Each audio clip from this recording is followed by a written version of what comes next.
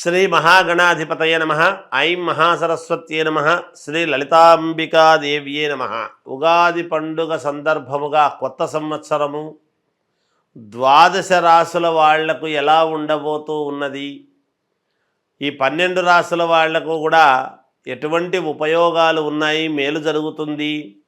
ఈ విశ్వావసునామ సంవత్సరము క్రోధీనామ సంవత్సరం అనేటువంటిది అయిపోయి ఇప్పుడు విశ్వావసు అనేటువంటి పేరుతో కొత్త సంవత్సరము ప్రారంభమవుతూ ఉన్నది. కనుక ఎప్పుడు ప్రారంభమవుతుంది అంటే ఆదివారం రోజు ఉగాది పండుగ అయినది. చూడండి, ఆదివారము అయ్యింది అంటే ఎప్పుడైనా మనకేమిటి అంటే ఏ వారం అయితే అవుతుందో ఆ వారానికి అధిపతి రాజు అవుతాడు. అందువలన సూర్యుడు రాజు అయినాడు ఈసారి. ఇక్కడ సూర్యుడు రాజైనాడు అని అనంగానే ప్రతి వాళ్ళ జీవితంలో కూడా రవి అంటే సూర్యుడు ఉన్నతమైనటువంటి స్థితిలో ఎవరెవరి జాతకాల్లో అయితే ఉంటాడో వాళ్లకు అద్భుతమైనటువంటి ప్రకాశాన్ని ఇస్తాడు, ఆరోగ్యాన్ని ఇస్తాడు. మామూలుగా గ్రహాలకు రాజు రవి మనకు తెలిసినటువంటిదే. కానీ ఎవరెవరి జాతకాల్లో అయితే సూర్యుడు అనుకూలవంతముగా ఉంటాడో వాళ్లను ఒక ఉన్నతమైనటువంటి స్థితికి తీసుకువెళ్ళటం అనేటువంటిది జరుగుతుందిగాక. కాబట్టి ఇవి రాసులు అని చెప్పటం అనేటువంటిది సామాన్యముగా ప్రతిసారి చెప్పినట్టుగానే చెబుతాం. ఎవరు ఆందోళన చెందాల్సినటువంటి పనేమీ లేదు. నిజానికి అందరికీ అద్భుతముగానే ఉంటుంది. చిన్న చిన్న ఏవో దోషాలు అవి ఇవి ఉంటే కాస్త పరిహారాలు అనేటువంటివి సర్వ సామాన్యమైనటువంటి విషయమే కదా. అందువలన ఎవరెవరైతే వాళ్ళ లగ్నాన్ని బట్టి, ముందు లగ్నం అనేటువంటిది చాలా అవసరం. ఎప్పుడు కూడా ఏ లగ్నములో పుట్టాము, లగ్నానికి ద్వితీయంలో ఎటువంటి గ్రహాలు ఉన్నాయి, ఇవన్నీ కూడా చాలా చూసుకోవాల్సినటువంటి అవసరం ఏర్పడుతుంది.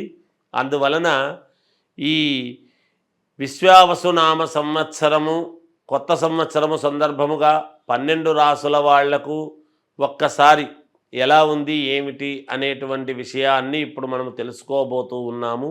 మకర రాశి వారికి ఈ ఉగాది పండుగ నుండి మళ్ళీ వచ్చే ఉగాది పండుగ వరకు కూడా ఎలా ఉండబోతుంది అంటే బాగుంది, యోగదాయకముగా ఉంది అనేటువంటిది తెలియజేస్తూ ఉన్నాను.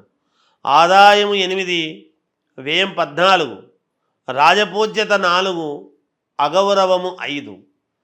అదేమిటి 8 ఆదాయం ఉంటే 14 వ్యయం ఉంది కదా, మరి ఎలా బాగుంటుంది అని అనుకోవద్దండి. అలా ఉంటే ఇలా, ఇలా ఉంటే అలా మానవ జీవితంలో సహజం. ఏల్నాటి శని అనేటువంటిది ఈ రాశి వాళ్లకు పోతుంది, ఉండదు. ఇప్పటికీ ఇన్నాళ్ళు కష్టపడటం అనేటువంటిది, ఇన్నేళ్ళు కష్టపడినటువంటి మీరు ఇక కష్టం అనేటువంటి మాట లేకుండా సుఖపడేదానికి చాలా యోగవంతమైనటువంటి కాలముగా భావించాలి. మీరు గతములో ఇన్నేళ్ళు పడ్డ కష్టం అనేక రకాలుగా ఎన్నో రకాలుగా కష్టపడి ఉంటారు, సహజం, ప్రతివాడు కష్టపడి ఉంటాడు.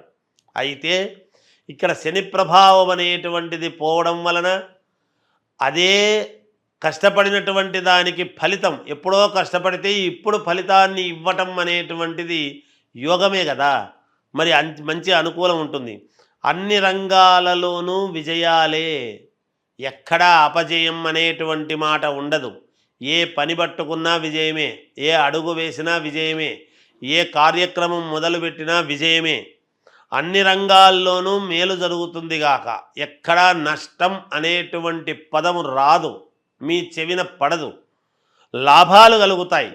మీరు ఎటువంటి పనులు చేసినా, ఎక్కడికి వెళ్ళినా ఏదో ఒక లాభము లేనిదే ఉండదు. ఖచ్చితంగా మీకు లాభాలు ఏర్పడతాయి. విదేశాలకు వెళ్ళాలి అనుకునేటువంటి వాళ్లకు వెళతారు, విదేశాలకు వెళ్ళడం జరుగుతుంది. అక్కడ వ్యాపారాలు చేయాలనేటువంటి దాంతో మొదలుపెట్టి వ్యాపారాలు చేస్తారు, తప్పకుండా మేలు పొందుతారు. రాజకీయాల్లో ఉండేటువంటి వాళ్లకు పదవీ యోగము, ఖచ్చితముగా పదవి అనేటువంటిది మిమ్మల్ని వరించి తీరుతుంది. మీరు వేరే పార్టీలో ఉండినా ఇప్పుడు నడుస్తూ ఉండేటువంటి పార్టీకి పిలిచి ఇవ్వటం మీరు ప్రయత్నము చెయ్యండి. ఒక దూతగా చిన్న ప్రయత్నము చేసినా రమ్మని ఆహ్వానిస్తారు. మొహమాటం ఎక్కువ. నేను గతంలో ఏదో అలా అన్నానే ఇలా అన్నానే ఇప్పుడు వీళ్ళు రాణిస్తారో లేదో ఉన్న పార్టీ వాళ్ళు అని అనుకోవచ్చును గాక. అలా లేదు. ఖచ్చితముగా మిమ్మల్ని పిలిచి మీకు పెద్దపీట వేసి మీ బలం వాళ్లకు చాలా అవసరము ఏర్పడుతుంది. పిలిచి పదవిని ఇవ్వటం అనేటువంటిది జరుగుతుంది గాక. ఇంతకు మీకు పదవీ యోగం అయితే ఉంది తప్పకుండా. అలాగే పెద్ద పెద్ద పదవులు అనేటువంటివి కూడా పొందుతారు మీరు. కుటుంబంలో ఇబ్బందులు అనేటువంటివి కొన్ని సర్వసాధారణం. అప్పుడప్పుడు కొన్ని ఇబ్బందులు రావటం అనేటువంటివి మానవ జీవితంలో సహజం. కానీ అవే సర్దుకుంటాయి. స్త్రీలకు చాలా యోగవంతముగా ఉంటుంది, బాగుంది. అలాగే డాక్టర్లకు ఈ రాశి వాళ్లకు చాలా మేలు జరిగేటువంటి పరిస్థితి ఉన్నది. అలాగే విద్యార్థులకు చాలా యోగకాలముగా ఉన్నది. సినిమా రంగంలో ఉండేటువంటి వాళ్లకు, కళారంగంలో ఉండేటువంటి వాళ్లకు, సాహిత్య రంగంలో ఉండేటువంటి వాళ్లకు, కళలు నేర్చుకున్నటువంటి వాళ్లకు, చేతి వృత్తులు, కళలు ఇలాంటివన్నీ ఫైన్ ఆర్ట్స్ అని ఉంటాయి.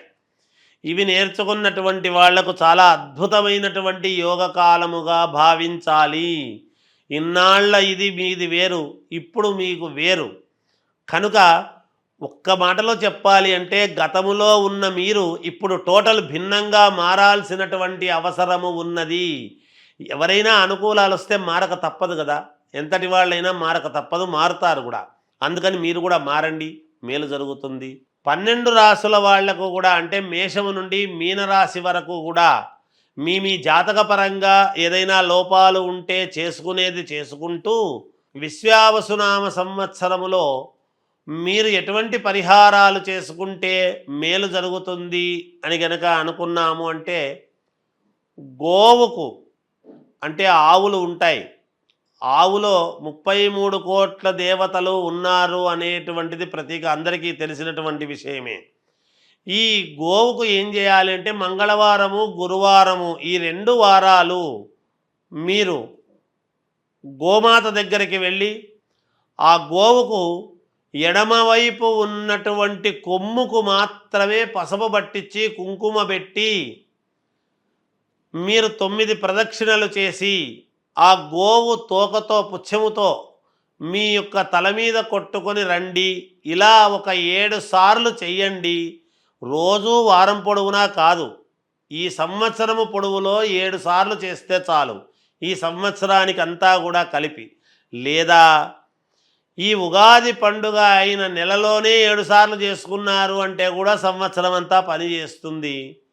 అది కూడా కాదా అంటే ఓ శ్రావణ మాసము, కార్తీక మాసము ఇలాంటి మంచి మంచి మాసాల్లో చేస్తాము 1-2 సార్లు అనుకొని అలా చేసుకున్న పుణ్యఫలమే. ఏది ఏమైనా ఈ సంవత్సరములో ఒక 7 సార్లు అయితే గోవును మీరు సందర్శించి 9 ప్రదక్షిణలు చేసి ఆ గోవు ఎడమ కొమ్ముకు అంటే మనము నిలబడినటువంటి చోట కుడి చేత్తో ముట్టుకుంటే దానికి ఎడమదవుతుంది. అటువంటి ఎడమ కొమ్ముకు మాత్రము పసుపు పట్టించి కుంకుమ పెట్టి ఏదైనా తోటకూర లాంటిదో, పళ్ళో లేదా ధాన్యం అంటే బియ్యము కాకుండా జొన్నలు కానీ ఇలాంటివి లేదా అలసందలు కానీ ఇలాంటివి ఏవో ఉంటాయి కొంచెం, అలాంటివి ఏవి పెట్టినా పుణ్యప్రదమే అవుతుంది, మీకు మేలు జరుగుతుంది, చాలా వరకు పరిహారము జరుగుతుంది అని తెలియజేస్తూ జయోస్తు.